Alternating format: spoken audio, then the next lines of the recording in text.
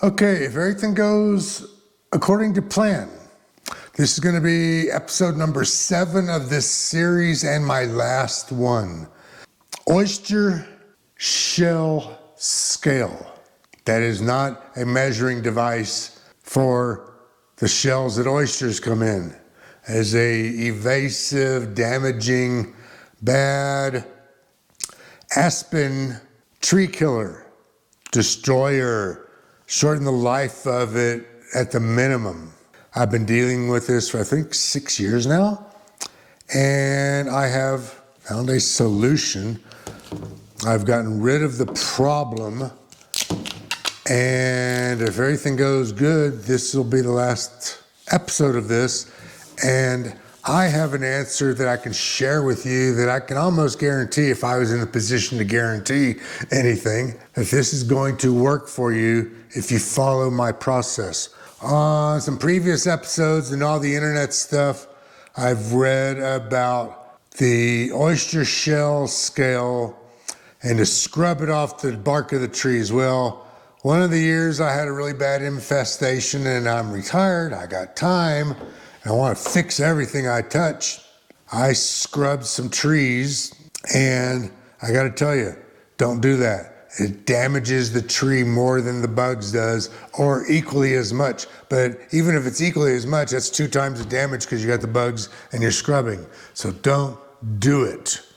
And here's some pictures I'll show you of my trees where I know I scrubbed these, and you can see right in the middle, even where I got up on a ladder to scrub them, you can see that I have damaged them, and years later, they're not recovering. They're still living, but they're not thriving. I damaged them. Between the oyster shell scale and me scrubbing this tree, I almost killed it, but there's new life coming out.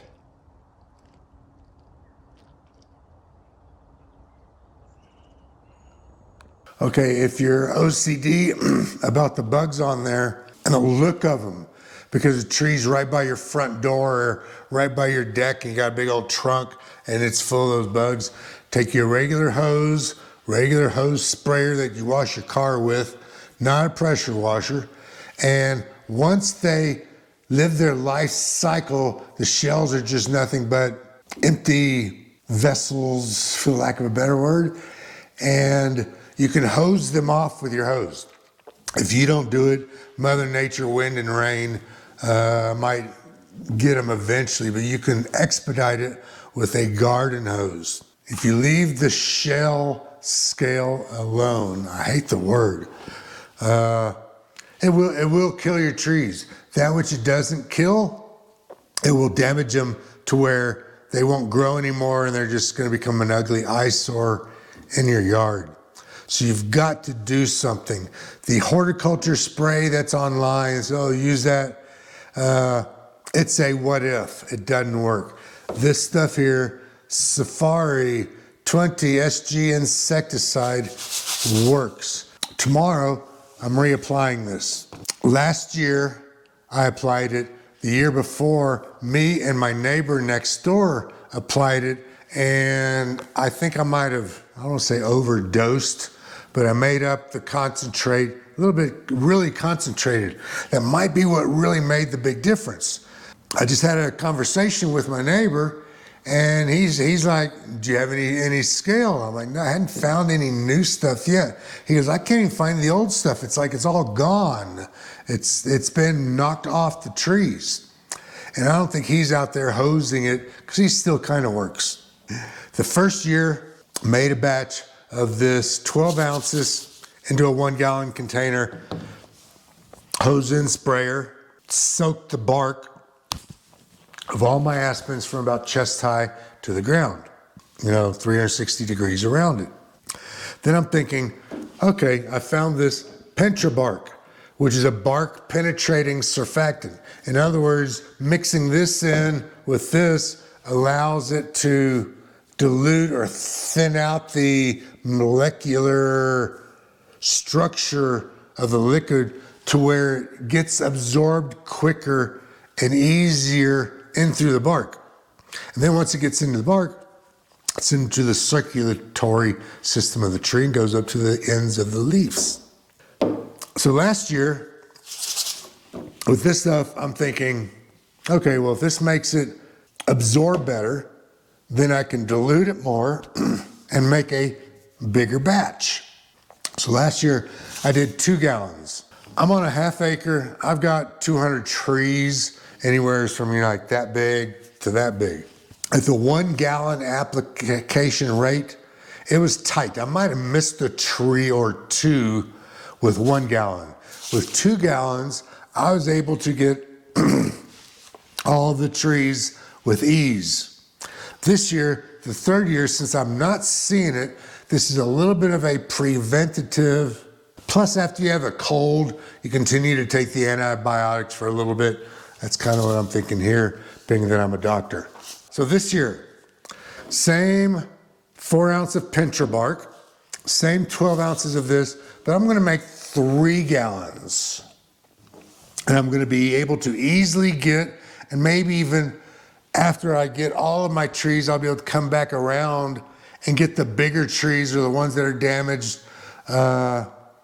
And I'm also seeing a lot of, I don't know what you call them, seedlings, saplings, baby trees. I'm starting to see more aspens come up through my rough out there, and my yard in the back is completely rough. And I've got 20 to 30 new ones that I didn't have in 3 years ago in my mulch yard in the front. And I need those to rapidly grow to a mature level so that the 5 big aspens, which are dying because of the damn disease and age, of course, in the front. With 3 gallons, I'm thinking I'm gonna be able to easily hit all of them. And then even with the leftover, I can go back around and get some more. I can get all the little ones. And I'm even gonna spray my pines and my spruces and my whatever all the other trees are, just because if there's something on there that this can help, good for it. If you're thinking, oh, Fjester can do this, I can do this, good for you, because you can. This is all you need. Links are all in the description. 12 ounces of Safari will get my half acre. 4 ounces of PentraBark. Now, you gotta mix all that stuff in something, right? Links are in the description. This is what I have. This is good. I've had this for years. It's good for mixing all kinds of shit around your house or doing stuff. So, 4 quarts, I'm guessing that's a gallon, 2 gallons, 3 gallons. Is that how it works? If you don't have one of these, you do. You just don't have the markings on it. Use the garbage can under your sink or in your bathroom or your office or whatever. Just clean it out, and you got to measure the chemicals to put in as far as your gallons first. And then, this is all I use. A hose end sprayer that holds 1 gallon. I've got the mark around there just so I can see without my glasses when I go outside where a gallon is. Pump it up, spray it, get it on a, I want to call it a medium mist. And all you want to do on the aspen trees is spray the bark from about chest height down. And depending on the size of the tree, you can get it on one side and then the other. And if it's a bigger tree, you might need to get, 3 different passes up and down on there. If you've got, like these trees here I've got in the front yard where the bark is really thick, almost like a pine tree or an oak tree because the tree's so old, well, that bark is not going to be as absorbent as the very thin new bark, the thin bark on a regular aspen. So that's where you're going to need more spraying on that thick bark, or maybe even go up a little bit higher to where you can get some of the thin bark. Now I can hear you asking, because I didn't get to it sooner, I apologize, kinda. When do you put this on? I mark my calendar on Google Calendar of when to start looking for the scale on the trees based on previous experience. And I've marked 2020 and 2021. This will be 2022 of when I put this on the trees. I want to make sure that the trees are fully functioning, that all the good juices in the bark are flowing, which means that all of the leaves are out or coming out. So because of my size of my lot and where the trees are, northeast, southwest, I've got some right outside the window here, which the leaves are just now starting to come out. And I've got some over here on the more south side that the leaves are all fully out. I know which trees are alive this year and which ones are dead already. So I want the circulation going so that this can get absorbed in. And if all of my trees matured at the same time, I probably would have done this a week ago when most of the leaves were out on most of the trees. But I got a few that are a little bit slow, which I can relate to. 3 gallons, that's my target. And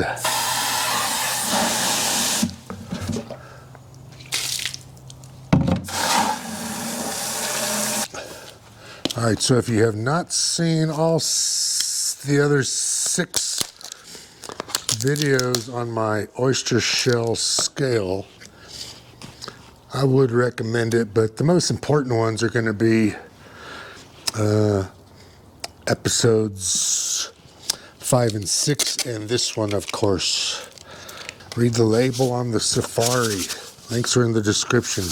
This shit is not,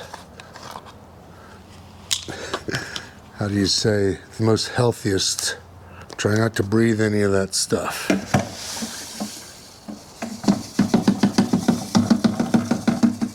That's steam because I'm using hot water straight out of my water softener, so I'm getting good water, and the heat should dissolve this rather good. And I guess this is probably as good a time as any to put the PentraBark in, which is the stuff that makes it absorb easier. If you're a millennial, you should be wearing full protection and your black nitrile gloves. Close enough. Now, what's really important is getting this stuff properly dissolved and mixed to where this stuff is clear.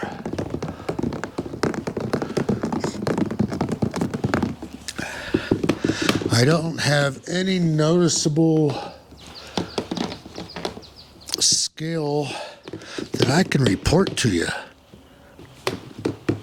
But man, I gotta tell you, this Safari is the only shit that I have found online that has any results that are noticeable and provable. It ain't bragging if you can back it up, is what Kid Rock said.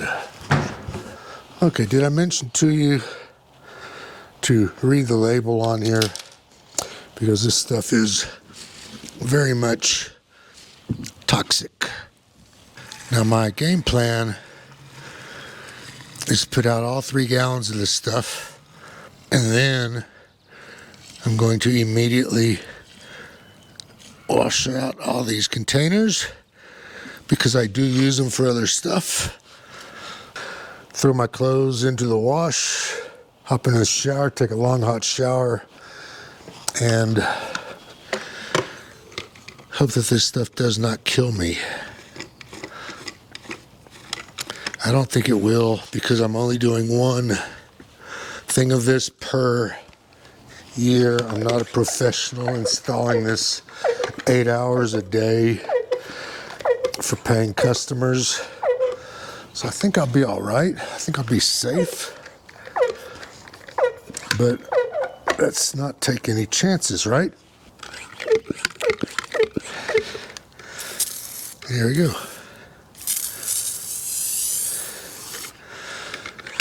All right, so small trees.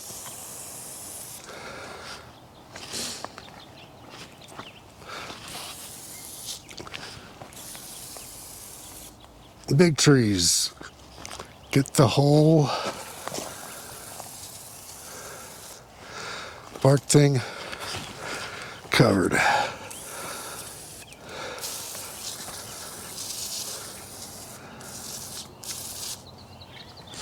Small trees, because I want them to live and to come up. Those, since they're small, I'm gonna get the leaves and everything. Look at these little itty bitty sprouts right here. And then these.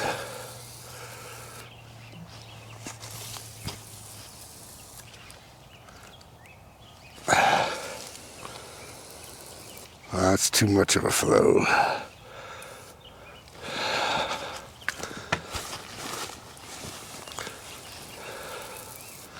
And that's it.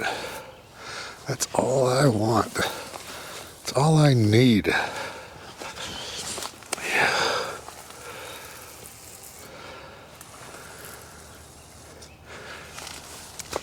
Today is actually a good day for this because, as you can see, there is zero wind.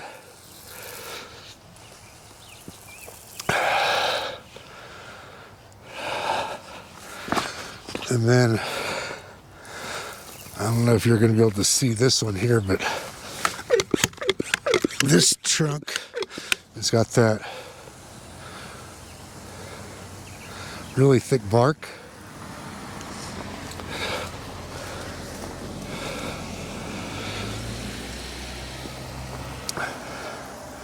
So I'm going to go up really high on it.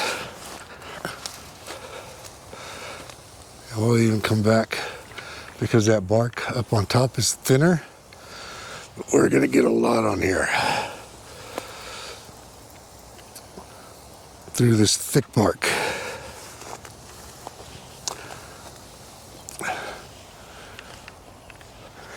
And I'll be back when I'm done. All right, that worked out exactly how I had expected it to. Meaning with the 3 gallons, I had about, a good third, almost a half gallon left over once I hit everything good and soaked, and I was able to go back around and get a few extra passes, soakings on the trunks of the trees. That's it. I'm gonna go hop in the shower, put this shit in the laundry, and get cleaned up before this toxicity kicks in and kills me prematurely. Now, in my opinion, if you notice this in the middle of the season or at the end of the season, you start to notice the scale on the trees. Order this today and put it on tomorrow when it comes. Get rush shipping. I'm kind of exaggerating, but not really. Go ahead and get it going this year, even though it's late in the season. Next year, come springtime like I'm doing, wait for the trees' circulatory systems to be circulating and leaves out, which means the trees are healthy and active and they're doing their shit. And then put this on like I'm describing. That's it, man. I hope that you've noticed and found this video and noticed the scale on your trees before I did. You can save them. They are savable. My neighbor across the street, he's lost all of his trees. 1, 2, 3 doors down, Sam, he's lost probably 50% of his trees to this stuff. And then up the street here, it's a rental house. From what I can see, they've lost all of their aspens at the same time. That's why I'm curious, is even if you do nothing, is a scale just something that comes through the neighborhood and leaves, and we're done with it?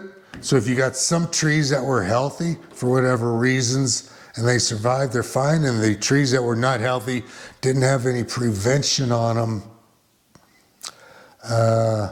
as far as any treatments throughout the years, they just succumbed to the disease quicker. So that's all I'm thinking. And I don't know. I know a lot of the university and the schools and the ag units are watching my videos, because a couple of you have emailed me. Leave a comment, put up your own videos, because we're all learning from this stuff. It's different for me because I'm on a half-acre residential lot. But when this hits the side of the mountain, what happens? Who's responsible? What do we do? Is there something we could do as a group to help save the aspens on the side of our mountains? Leave me a comment. I hope this helps you. I hope this motivates you to do something. If not, I hope it's entertaining. I'm out of here. See ya.